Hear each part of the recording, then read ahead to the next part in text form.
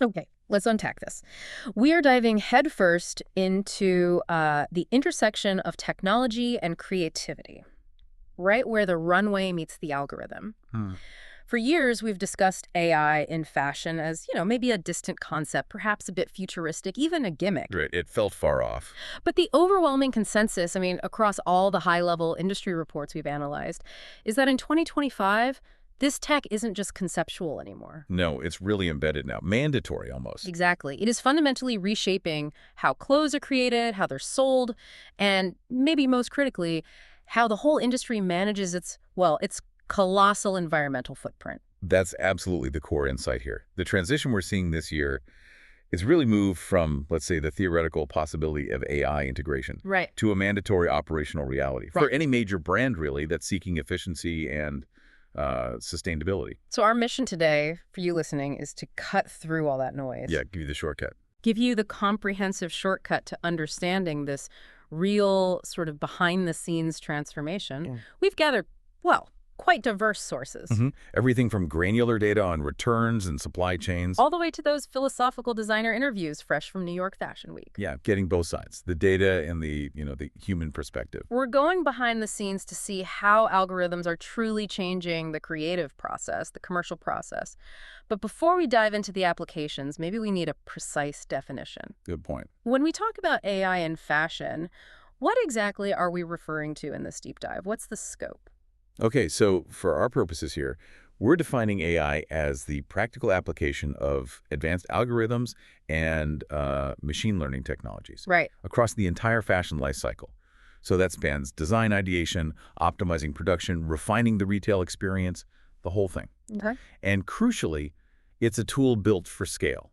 It analyzes truly vast amounts of data, structured and unstructured, often in real time, Vast. to predict volatile trends, ensure, optimal resource management throughout the supply chain, and importantly for you, the consumer, to hyper-personalize that shopping journey. Fantastic. Okay, let's start there then.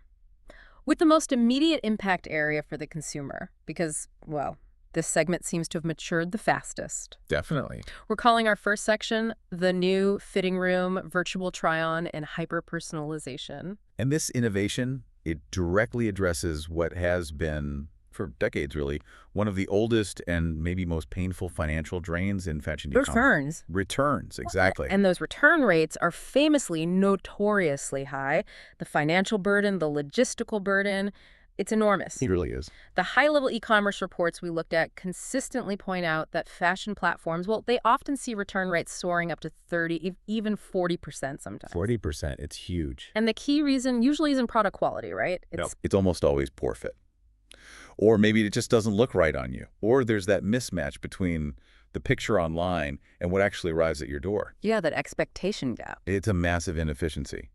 And virtual try-on, VTO as it's called, is the core tech solution tackling it head on. So how does current VTO work? Because it feels like it's gone way beyond just, sticking a photo onto another photo. Oh, miles beyond that.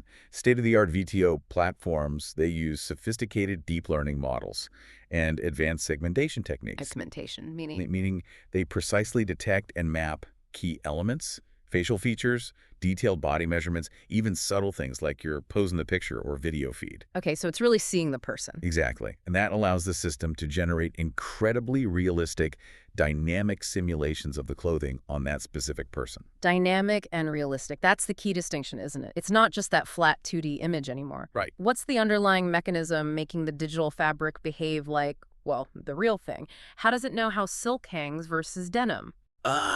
That's where the high-fidelity rendering comes in. Yeah. To get that photorealism, VTO relies on physics-based rendering engines. Think like movie CGI tech. Okay.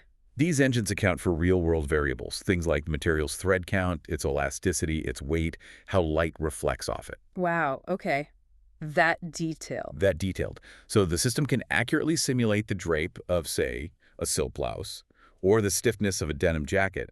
It captures how light bounces off the fabric, how it interacts with creases and folds on your specific body contour. So it's using something akin to, movie special effects, but to solve a really mundane but costly logistics problem. Pretty much. And the applications are moving so rapidly now. Now, what are we seeing?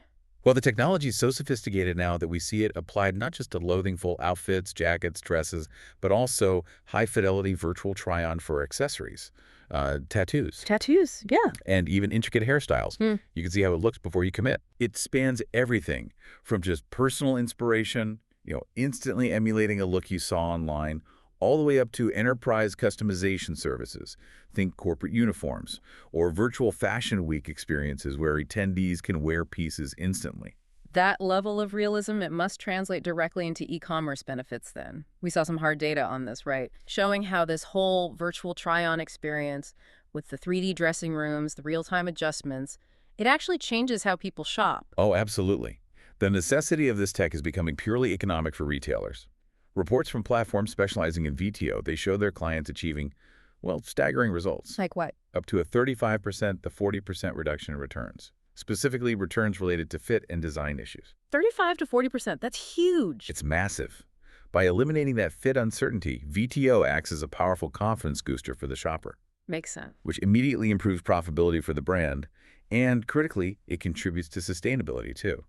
Think of the carbon footprint of shipping all those returns back and forth. Right, the reverse logistics nightmare. Okay, so VTO tackles fit.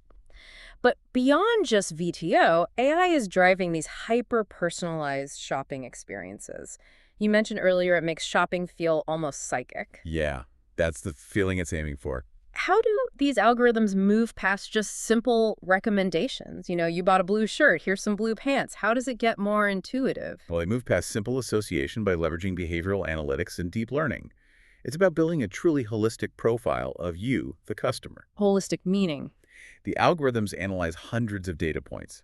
Your stated preferences, sure, but also detailed body type data may be gathered during VTO, past styles you clicked on or looked at but didn't buy. Ah, the ones you aspire to but don't actually purchase. Exactly. Time spent browsing certain categories, even the emotional tone detected in your chat interactions with support bots, it all feeds in. So if I often browse, say, really structured, angular jackets, but I always end up buying soft, flowy sweaters, the AI can pick up on that tension between my aspirational style and my actual comfort zone. Precisely. It learns that nuance, and then it curates tailored intuitive recommendations based on that understanding, maybe bridging the gap or offering things that satisfy both impulses. That's clever. We've seen established players like Stitch Fix pioneer this with their virtual stylists, right? Using complex data to send curated outfits to your door. Mm-hmm. But the services are just constantly proliferating now.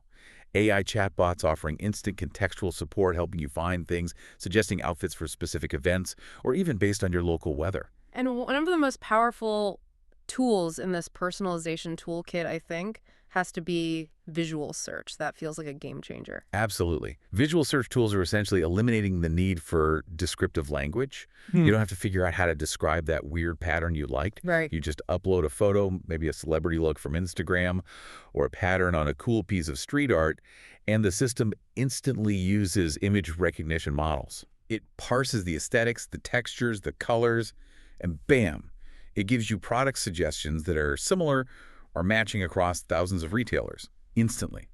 It's the new baseline for convenience, really. Okay, so if part one was about fixing the retail experience and empowering us, the consumers, part two feels like it's about fundamentally changing how clothes are actually conceived, designed, and forecasted in the first place. Exactly. Let's talk about AI as a creative partner and the industry's new trend forecasting engine. And the change in trend forecasting. Yeah. Honestly, it's perhaps the single most revolutionary element happening behind the curtain right now. More so than the design tools. I think so, in terms of immediate business impact.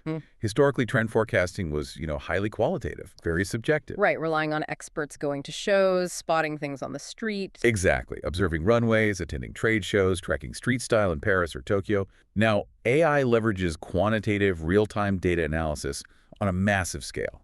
So instead of a small team of, cool hunters sketching notes and comparing gut feelings, we have machine learning models just churning through billions of data points continuously. What specific data points make an AI prediction stronger or faster than that human intuition? It's the sheer volume, definitely, but also the ability to detect nuance at scale. AI sifts through far more than just general social media trends. Okay. Tools like Heuritech, for example, They scan millions of images and videos across platforms like Instagram, TikTok, Pinterest. Right. But they use advanced image segmentation and geotagging, so they don't just register that, say, pink is popular. It's more specific? Much more specific, they identify subtle aesthetic shifts happening within specific niche online communities. Mm. They track the visual density of certain patterns or cuts in specific cities. And maybe most importantly, they measure the half-life of a microtrend. The half-life, meaning how quickly it burns out. Exactly. How fast an emerging style is being adopted, and crucially, how quickly it's being discarded. That speed is vital. And identifying those fleeting microtrends quickly. That's the key for fast fashion, right? But increasingly for high-end labels, too, to stay relevant. Absolutely. This allows them to adapt their production schedules with, well, unprecedented agility. So this data-driven approach, it dramatically enhances their decision-making, reduces risk. Fundamentally reduces the risk of producing huge batches of clothes that are already out of sync with what people actually want by the time they hit stores. Right. By anticipating demand with this kind of near scientific accuracy, brands minimize wasted resources, maximize profitability, and ideally build trust by consistently offering things consumers are actually looking for when they're looking for them. Okay, now here's where it gets really interesting, I think. AI-generated designs and collections. The big persistent question. Is AI an existential threat to the human designer? Are they going to be out of a job? Right, that's the headline fear. But the sources we reviewed, they are overwhelmingly clear on this, at least for now in 2025. The consensus is that AI is not a replacement. It's seen as a powerful complement, a high-speed creative partner, if you will. Generative AI platforms are allowing designers to accelerate the earliest phases of the design cycle exponentially. And we are seeing specialized platforms emerge, right? It's not just one big AI system doing everything. Can you give us an example of how these different tools might specialize? We had a list: Flux Context AI, Seedream AI 4.0, Adobe Sensei. Absolutely. Yeah, don't think of them as interchangeable. They fulfill different needs in the process. For instance, a platform like Flux Context AI might be primarily focused on concept generation. Okay. So a designer could input an abstract mood, like, okay, I want a capsule collection combining brutalist architecture aesthetics with Renaissance color palettes. That's specific. Right. And the AI immediately translates that into hundreds of visual samples, mood boards, even initial 3D prototypes to play with. Wow. Instantly. Very quickly. Meanwhile, something like Seedream AI 4.0 might specialize more in generating novel, printable textile patterns. Ah, patterns. Yeah, taking existing data on color theory, current trend metrics, and suggesting unique, marketable prints that actually fit a specific garment structure. So instead of the designer spending weeks, maybe months, on that initial ideation, sketching, mood boarding, Right, the laborious part. they get a full data-backed foundation, potentially in a day. It's like rapid prototyping for the creative process itself. It fundamentally accelerates iteration. That's the key word. Designers are using these tools to analyze that trend data we talked about and then translate those findings into preliminary designs that are hopefully innovative yet also marketable. And it's not just concepts, right? We even see high-end designers using it for extremely detailed work now. Yes. Stacey Bend of Alice plus Olivia, for example, she showed that they began using AI this season specifically to develop intricate embroidery and beading details. That's fascinating. So it's helping with the really fine craft elements. Exactly. It might allow them to achieve a level of geometric or abstract intricacy that would be prohibitively difficult, or at least incredibly time-consuming, to plot out and adjust manually. It amplifies the craft rather than replacing it. Amplifies the craft. I like that phrasing. The human designer maintains the creative direction, the taste, the vision. The AI helps execute complex aspects faster. And this amplification, it isn't just limited to physical clothes we wear, right? There's this whole explosion in digital-only fashion. Oh, absolutely. That's a huge growth area. Brands like The Fabricant, DressX, RTFKT, they use AI and 3D tech to design purely virtual garments. For what? Avatars? For avatars in games, for virtual worlds, for your social media profiles. As AR and VR become more central to how people express identity online, virtual fashion is becoming a very real, purchasable commodity. A whole new market. Okay, let's pivot to the ground level now. The real world of the designers themselves. We saw that collection of interviews from the New York Fashion Week Spring 2026 shows just this past September. Right, very current. And this was roughly 6 months after a period where, frankly, a lot of designers seemed highly skeptical, if not outright hostile, towards AI. Yeah, there was definitely resistance. What did those recent interviews tell us about the current mood? The philosophical and practical divide. Has it shifted? It seems the conversation has definitely evolved. It's moved, broadly speaking, from outright rejection towards more uh, cautious curiosity or finding very specific utility for it. We can sort of see a divide now between maybe three groups: Hmm. the collaborators, the purists, and the logistical users. Okay, let's break that down. Start with the collaborators, the ones who see AI as a true amplifier. Right. Graceling was a great example here. She stated very clearly that AI amplifies craft and taste. It doesn't replace it. So she's not worried. She argued that the truly brilliant details, the sense of composition, the innate taste, the human touch, could never be replaced, no matter how much data you feed the machine. For her, AI just makes the execution faster, helps explore more options. Okay. And we also saw designers using it for really practical, almost mundane tasks. Yeah, very small-scale stuff sometimes. Tyler McGillivray, for instance, admitted using AI in a very focused way, basically like advanced photo editing, Like what? to seamlessly extend a print across a garment in a photo or adjust lighting on lookbook images rapidly. They frame it not as some magic designer, but just, a more powerful version of Photoshop for production tasks. Right. And then you had Kate Barton's brand, who leaned fully into the whole aesthetic. They partnered with a company for their show to use this massive 360-degree AI projector screen. Oh, I saw pictures of that. Yeah, it actively distorted and reformed the clothes on the models walking the runway in real time, kind of leveraging the AI vibe itself as a creative theme for the show. Interesting. But then you have the purists. They're still holding strong, resisting using it in the core creative design process, holding on to the idea of the soul of the garment. That philosophical resistance is really fascinating, and it's critical to understanding the perceived limits of the tech. Patricio Campillo, for instance, he explicitly said he avoids using AI for design because he believes it lacks a soul. He feels it will invariably modify the purity of his original, often emotional ideas. Okay.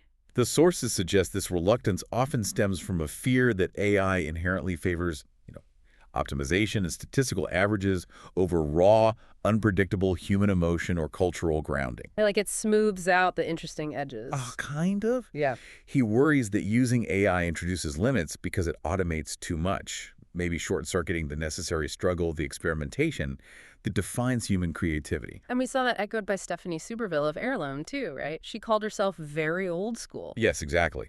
She prefers hand-drawn sketches, admitted she actively dislikes complex design programs like Illustrator even, feeling her initial concepts lose something vital once they get digitized. So for her, AI is even further removed. Right. She confines AI use strictly to photo retouching post-production stuff.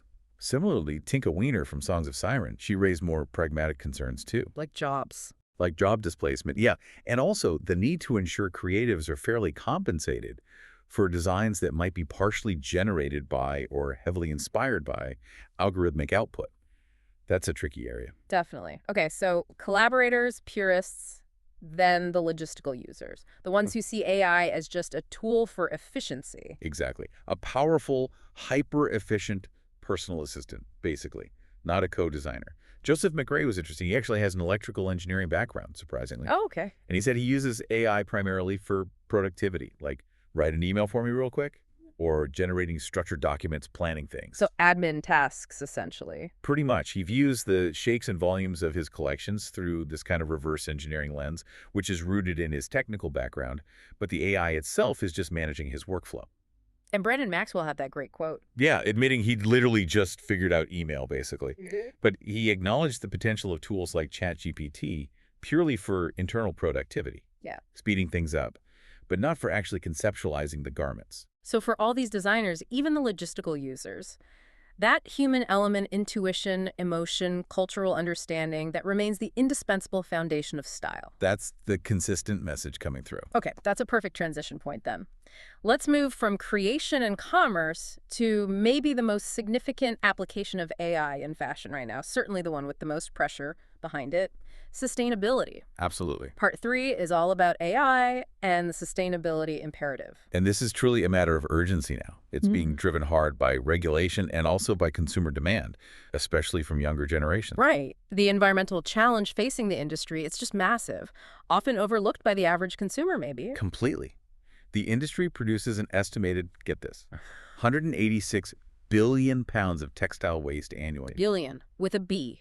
billion pounds Oh. globally. And to put that into perspective, our sources confirm a staggering 87% of all textiles produced end up in landfills or are incinerated. 87%. That's Yes. appalling. It is. The pressure, particularly from Gen Z consumers, but also from global regulatory bodies like the EU, is forcing every brand, big and small, to fundamentally optimize their environmental practices. AI is becoming the key tool for that. Okay, 186 billion pounds. That number is just staggering. So, how does AI actually intervene at the point of manufacture? How does it help reduce this massive influx of waste? It acts primarily on two big fronts: production optimization, so how Hmm. things are made, and prediction accuracy, so deciding what to make in the first place. Okay, let's start with production optimization. On the production side, AI-driven design software can analyze the complex geometric structure of garment patterns. Right, the pieces you cut out. Exactly. And it then uses optimization algorithms to create highly efficient nested cutting patterns. Think of it like a super advanced digital Tetris or jigsaw puzzle solver for fabric. Okay. It ensures the maximum possible amount of fabric is utilized from every roll, often achieving near zero waste design strategies in the cutting room. That's critical for efficiency, cost control, and obviously reducing waste. Yeah. Minimizing scraps. Got it. And then there's demand forecasting. That seems like maybe the single biggest sustainability lever AI can pull across the whole value chain, stopping the waste before it even starts. It is absolutely the ultimate preventative measure. Right. Because the biggest source of waste isn't necessarily cutting scraps, it's making millions of garments nobody wants. Right, overproduction, dead stock. Exactly. AI demand forecasting tools analyze thousands of variables, not just past sales data, but local weather trends, macroeconomic indicators, social media sentiment shifts, competitor marketing activity, all sorts of inputs, Do what? to predict, with much greater accuracy, precisely which items will sell, where they'll sell, and roughly how many units should be produced. Okay. By drastically minimizing that overproduction, brands avoid manufacturing millions of garments that were basically destined for landfill from the start, which significantly reduces raw resource use, energy consumption during manufacturing, and transportation emissions. So AI helps them stop making things that people don't actually want. Makes perfect sense.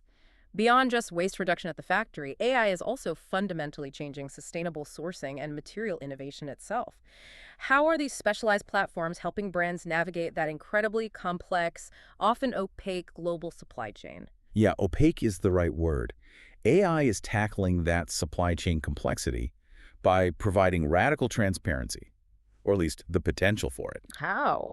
Platforms like, say, Carbon Trail, they use proprietary algorithms to analyze these vast, complex databases. They pull together information on material properties, supplier origins, processing methods used, sustainability certifications. So it's like a background check for materials. Kind of, yeah. It provides a much fuller, more complex picture of a material's true impact, not just ticking a simple eco-friendly checkbox. Right. It gets beyond the greenwashing, hopefully. Exactly. It moves beyond simplistic metrics. The AI can recommend eco-friendly materials by factoring in critical variables simultaneously. Things like the biodiversity impact at the raw material source, specific water usage metrics for that supplier, the toxicity levels of chemicals used in dyeing and finishing, Wow. and the entire carbon footprint, calculated from raw material extraction right up to the factory gate. This allows brands to make genuinely informed, evidence-based sourcing decisions that align with their high-level sustainability targets. And it can help develop new materials, too. Yeah, that's another angle. AI significantly aids in the development of new sustainable textiles by predicting material performance characteristics and life cycle impacts before they're even physically created. It helps scientists engineer fabrics that are both high performance and environmentally sound from the ground up. Okay, so we've covered creation, manufacturing, and materials. What about the end of a garment's first life? How does AI enhance circularity, the rental, resale, repair economy, which is essential for extending how long clothes actually get used? AI is rapidly becoming the essential engine driving these circular business models forward and making them scalable. How so? For resale, for example.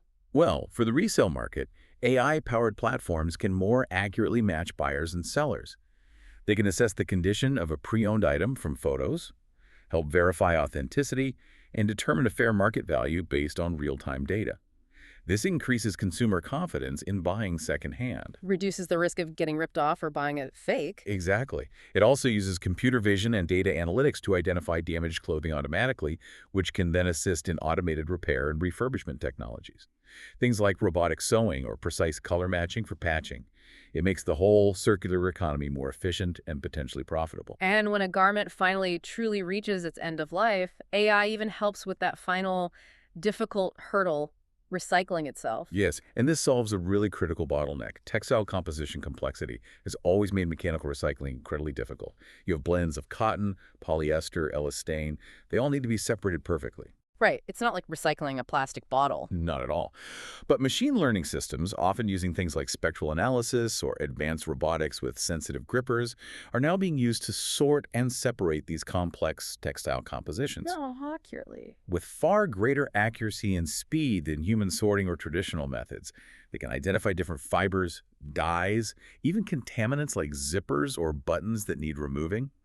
This ensures the textiles are properly prepared for either chemical or mechanical recycling processes rather than just being downcycled or incinerated. Making high-quality recycling actually feasible at scale. Good. Okay.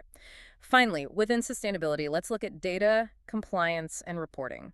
This seems like a necessary but maybe less glamorous part, but it's becoming huge with new regulations kicking in. Hugely important and incredibly time-consuming for brands. This is where automation through AI saves enormous resources. About carbon accounting. Yes, AI can automate large parts of corporate carbon accounting. That involves measuring, monitoring, and reporting greenhouse gas emissions across all their activities, scope 1, 2, and 3.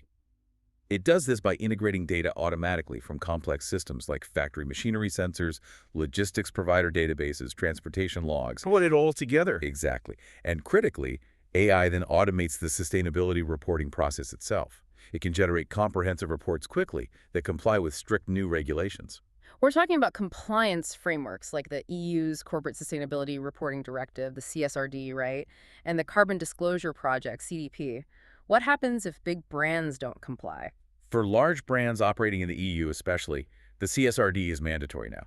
Non-compliance can result in massive fines, millions of euros potentially, plus significant reputation damage. And it's not just carbon, is it? No, the CSRD forces them to report transparently on a whole range of ESG factors, environmental impact, yes, but also social factors, labor practices in the supply chain, human rights impacts, biodiversity impact. It's comprehensive.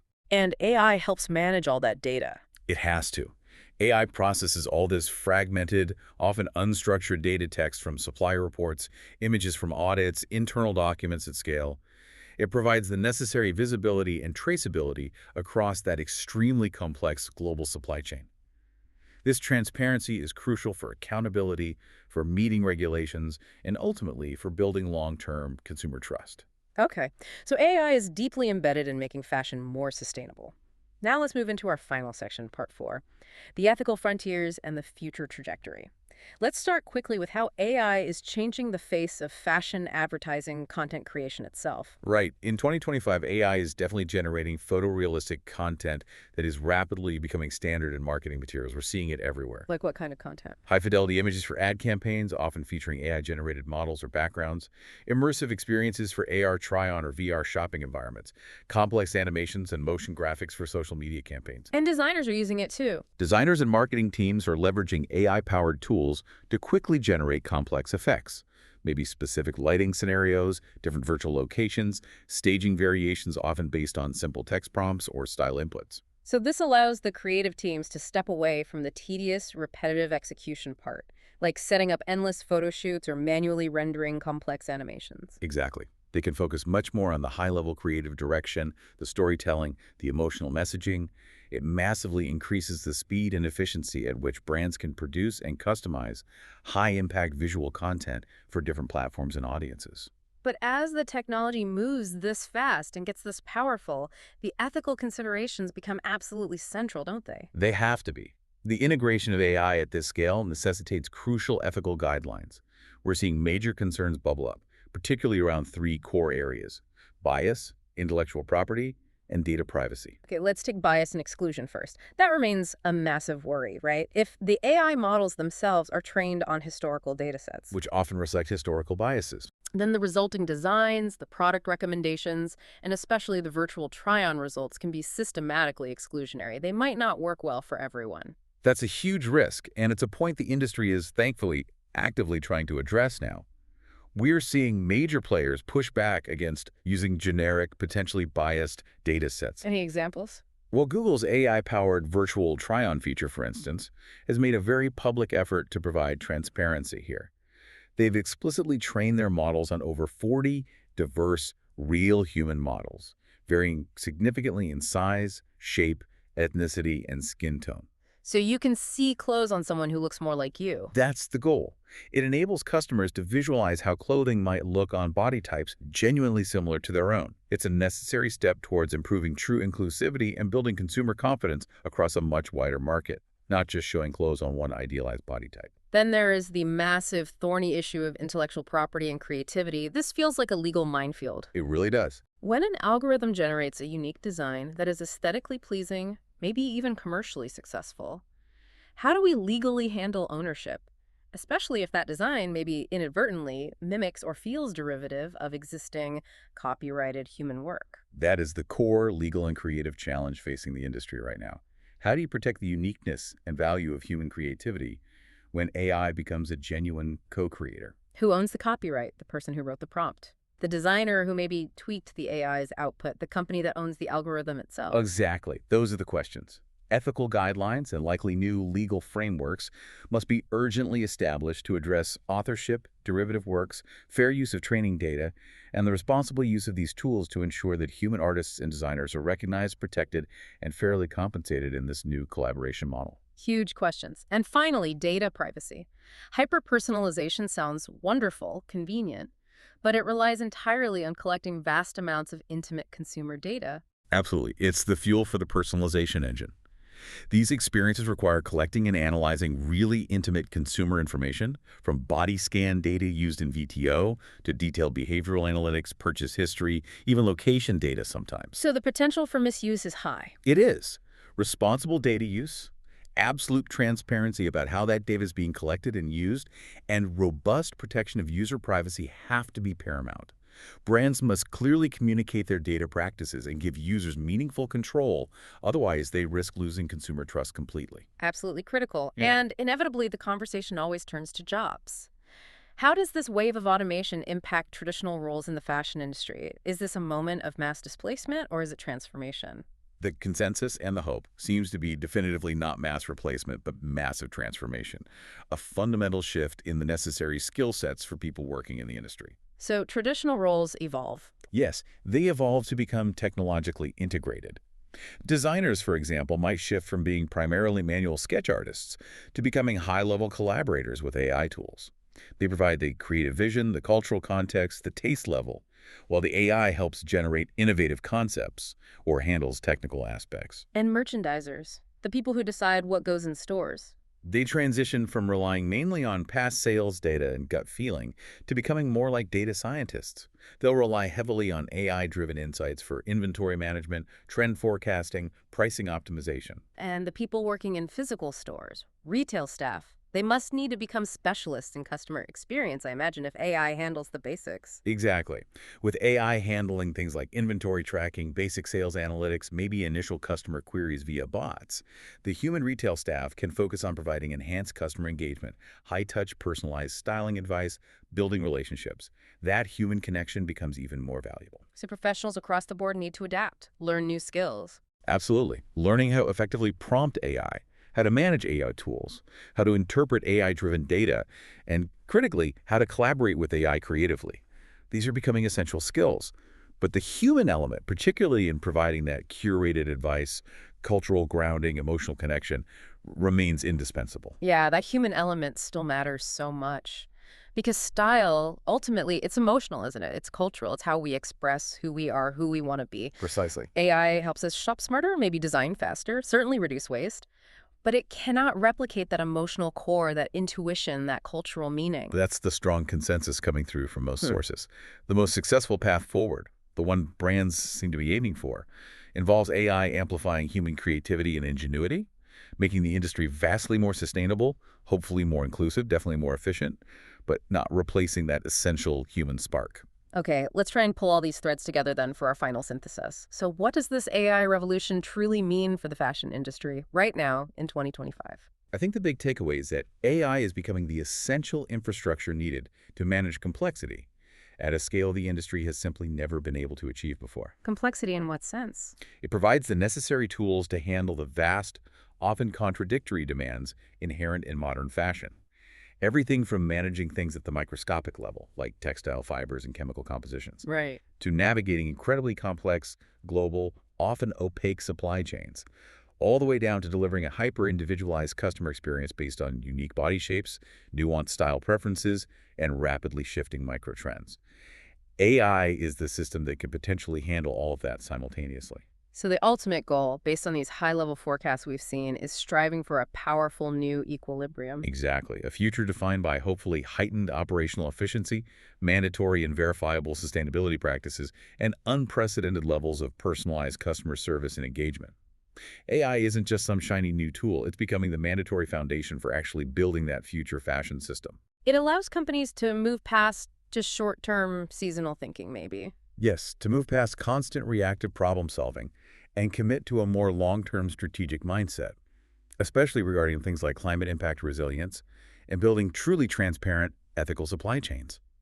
Brands that successfully leverage AI to genuinely optimize both their sustainability and their personalization efforts, they're likely to secure a dominant competitive advantage going forward. That is a phenomenal deep dive into the AI-powered runway of 2025. Thank you.